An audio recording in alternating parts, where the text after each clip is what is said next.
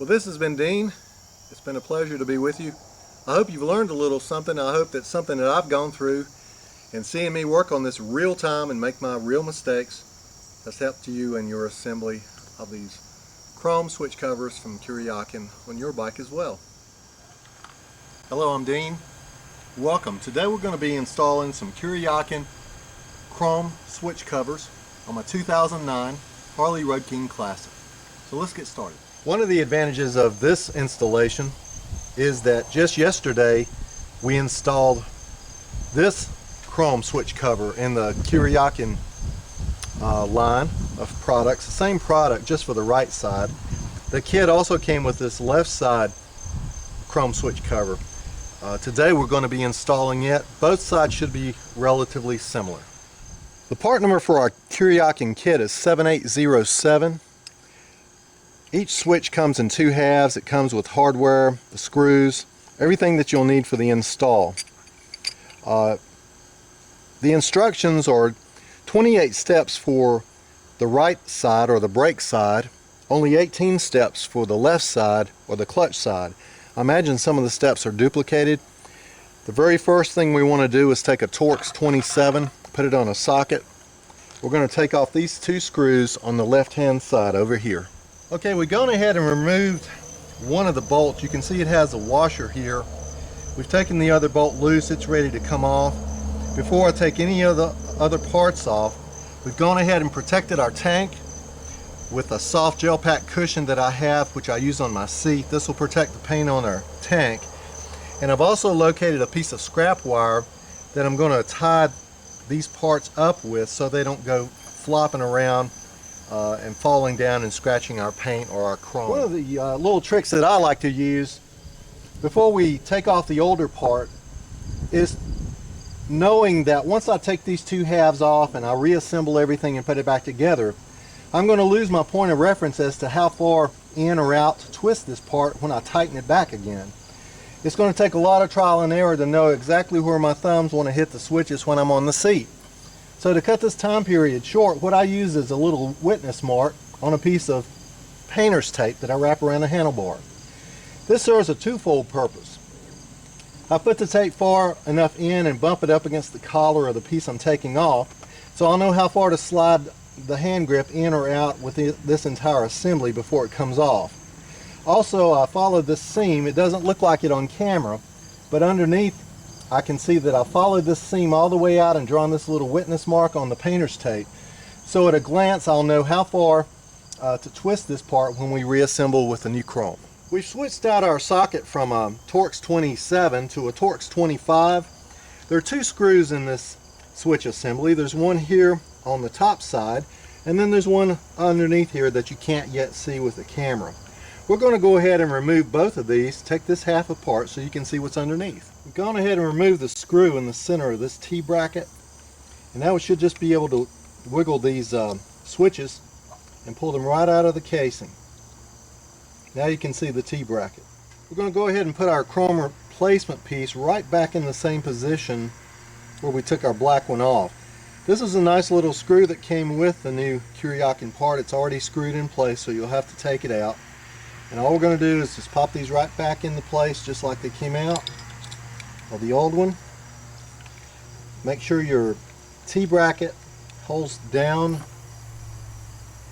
the wiring harness. Put the screw right back in the center and snap it in place. One of the things I would advise you to do after you get the switches back in place is to go ahead, I learned this from the other side, go ahead and try them out and make sure that they're not rubbing anywhere, because you might need to make some little small micro adjustments before you reassemble the entire process. One of the things I really like to do, and I urge you to do as well, this is another little tip, is to pre-wax your parts, because there are parts here that you'll never get to again unless you totally disassemble it.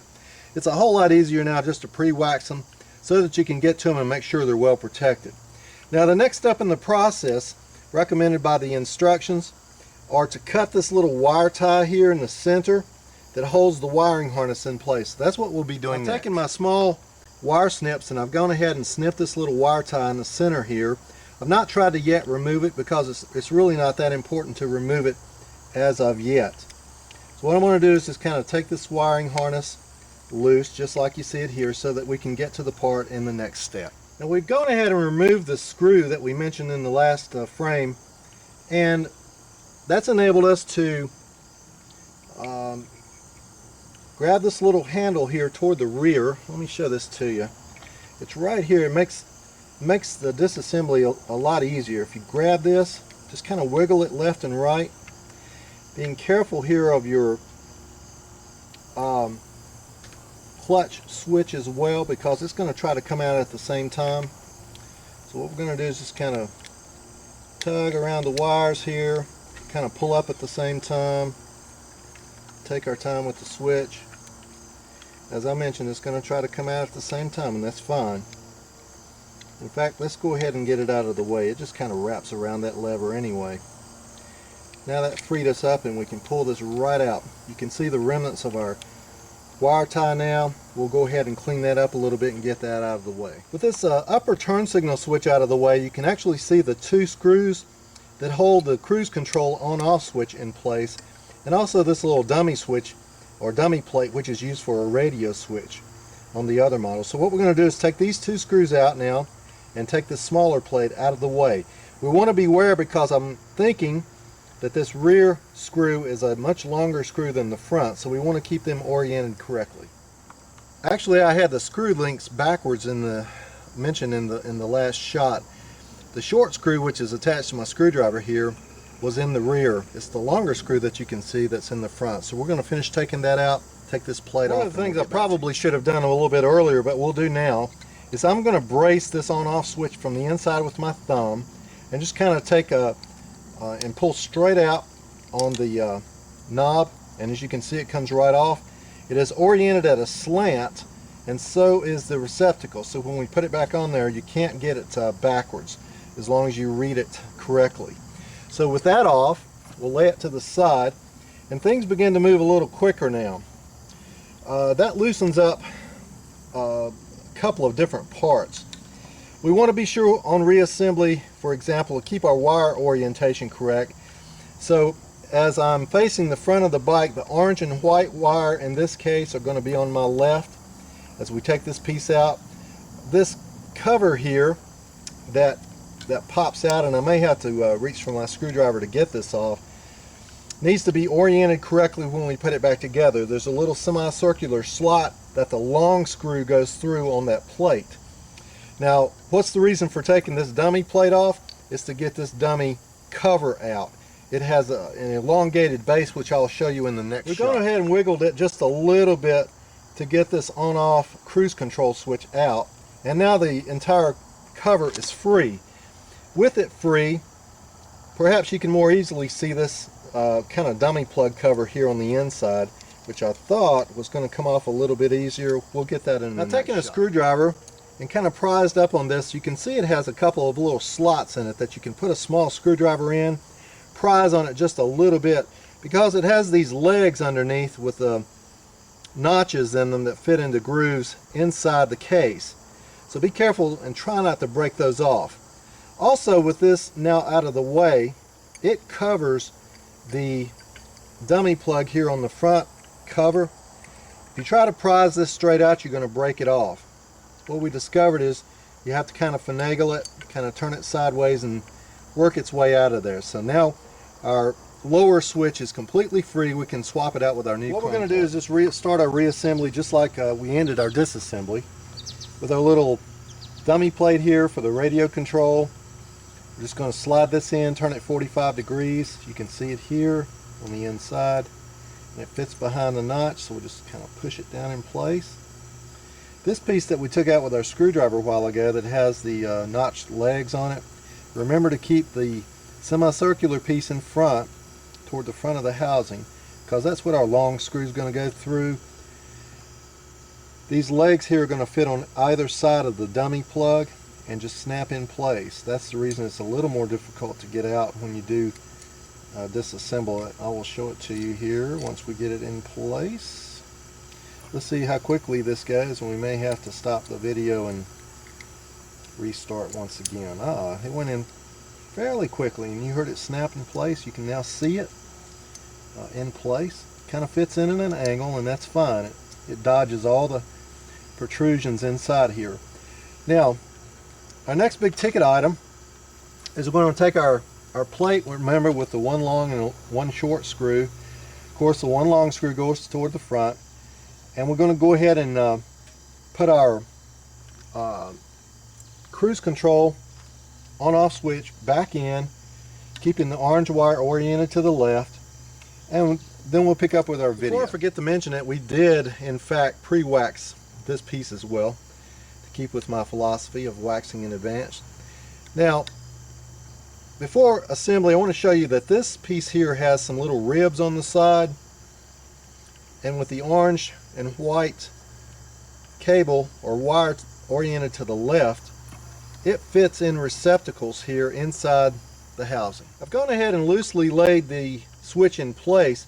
Of course, it's not going to be fastened securely until we put our plate in, and that step I've gone ahead and temporarily removed the back shorter screw out of the plate just for access, and I'm going to go ahead and put the longer screw right down through the U portion of this receptacle here, and begin to see if I can get it threaded, get it started, and then I'll kind of manipulate the plate where I want it to go, dodging everything in the middle here. Get it right down over the on-off switch just like I need it. There we go. Looks pretty good. You get the idea. And now I'll tighten up this screw, put this one in, and tighten it up. You can see here that we've reassembled our on-off switch in place. It moves nice and freely. I've also put the plate back in with the longer front screw, the shorter rear screw in place. We're going to go ahead now and try this balancing act with the putting the turn signal switch back in, also putting this clutch release switch back in. It's actually probably a turn off for the cruise control, and we'll get back on camera when we get that accomplished. What we've done is grab our little handle here in the rear of this assembly, and note that this has kind of like a couple of bars here that fit into these rail slots on the inside of the receptacle. So it is kind of a juggling act in that we have to keep it high enough to where we can press it down into those receptacles, all the while leaving enough room here at the rear in which to reassemble our clutch switch, kind of slide it back in position. It really wasn't held by anything other than the friction of this handle. So I'm going to be real careful to get it into place like so, and then press down on our handle. All the while, once again, the juggling act involves making sure that our tabs here fall within the receptacle rail assembly. One of the things that we found out off camera was this switch needs to be reassembled with the wires down in the down position. Of course, you'll have the benefit of seeing the video from the beginning. When I disassembled it, I didn't have the luxury of that. These pieces are now in the rail slots, so they fit in. You can see the assembly is nice and neat. I'm going to hold it in place because I don't have it screwed in yet, and check for the free play. Lastly, all we're going to do is put our Phillips screw right back in the center where this one you can see has been removed. But once again, we had to remove our little handle here, take our switch out because we forgot to put in the wire tie that we originally snipped off that holds the wire assembly back in place. So now with it back in place, we'll put our screw back in the center. Okay, we put a little blue thread locker on here, and as you can see, I hope, there's a little diagonal slot here that matches the diagonal build of the receptacle. This is for our cruise on and off switch. We're just going to match up the slot. You can kind of wiggle it and feel it, and then firmly press it back in place. You can see the turn signal switch works fine, on and off works fine. Thread locker should help lock it in place. We've gone ahead and bent our wires back in place, and you can see from the indention and the shrink wrap where the wire tie should catch this at a precise location. We're going to go ahead and wire tie that next. We've gone ahead and wire tied our wire bundle back down, and we'll just take our little snippers here, snip off the upper edge of it, Now we're ready to reassemble. All right, we've wrapped our wire bundle around the left side of the screw receptacle here. That seems to fit pretty well. I've done a little trial and error on which way that it works best without pinching it. We're going to go ahead and put some blue thread locker on these brand new chrome screws from Kuryakyn and put them in place on the upper and the lower side. Our grip has a notch in it that fits into the bottom side of the switch here. We're just going to slip the grip in place and then wrap the assembly around it. And you can tell if the grip's in the correct position by the fact that it won't turn without turning the entire thing. We're going to pay attention to our mark in the rear here, put our top and bottom screws in with some Loctite. As a reminder, these two screws here go in with a number 25 Torx. We'll now switch to our number 27 for our last part of our assembly, which is the mirror and the clutch. We've got our thread locker on our bolts on our seat over here, but I wanted to show you this notch, which fits into a notch in the back of the new chrome piece, just like it did the original. We're holding our, just to show you there's nothing magic here about this, I have it in place. I'm a little hesitant about pulling it back off, but it is still loose. I have my collar in my hand here, the adjacent piece. As I mentioned before, we have our thread locker already pre-placed on these screws, on these bolts, and we've switched our socket head. We'll get these started here, and this represents the last step. Tighten that down and get a final shot. Just setting up for the finishing touches here as we tighten these up one side at a time, being careful not to over tighten. However, we do want to make sure that they're snug. The last thing you want is a grip or any other handlebar assembly coming loose going down the road, or for that matter your mirrors being loose. And with that thread locker on there, I ought to work just fine. With my tape, which I removed, which had my indicator mark on it, there should be very, very little adjustment necessary.